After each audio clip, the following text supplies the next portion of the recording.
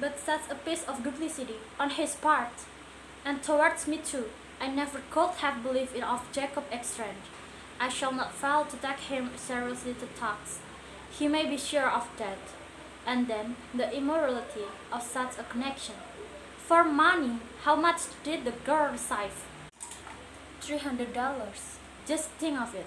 For a miserable $300 to go and marry a felon woman.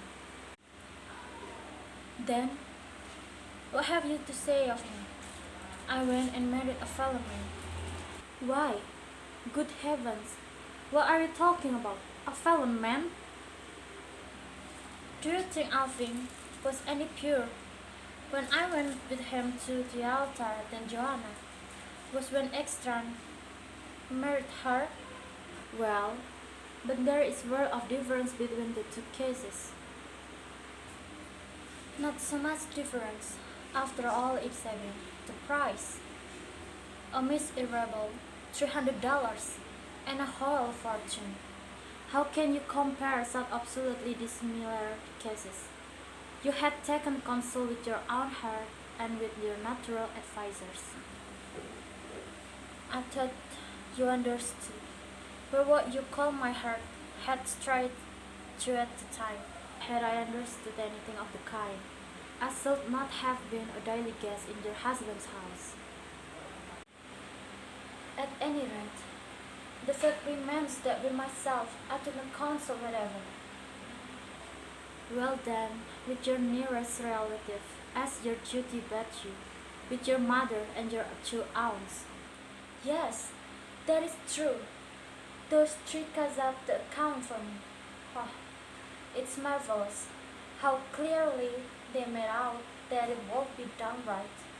Madness to refuse such an offer. If mother could only see me now, and know what all that grandeur has come to. Nobody can be held responsible for the result. This, at least, remains clear. Your marriage was in full accordance with law and order.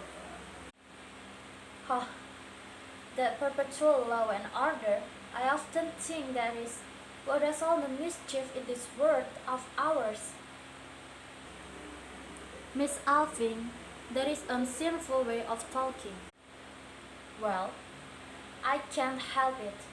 I must have done with all these constraints and insincerity. I can endure it no longer. I must work my way out to freedom. What do you mean by that? I am never to have concealed the facts of Alving's life. But at the time, I dare not do anything else. I was afraid. Partly on my own account, I was such a coward. A coward? If people had come to know anything, they would have said, "Poor man, with a runaway wife, no wonder he kicks over the traces." Such remarks may have been met with a courteous show of right.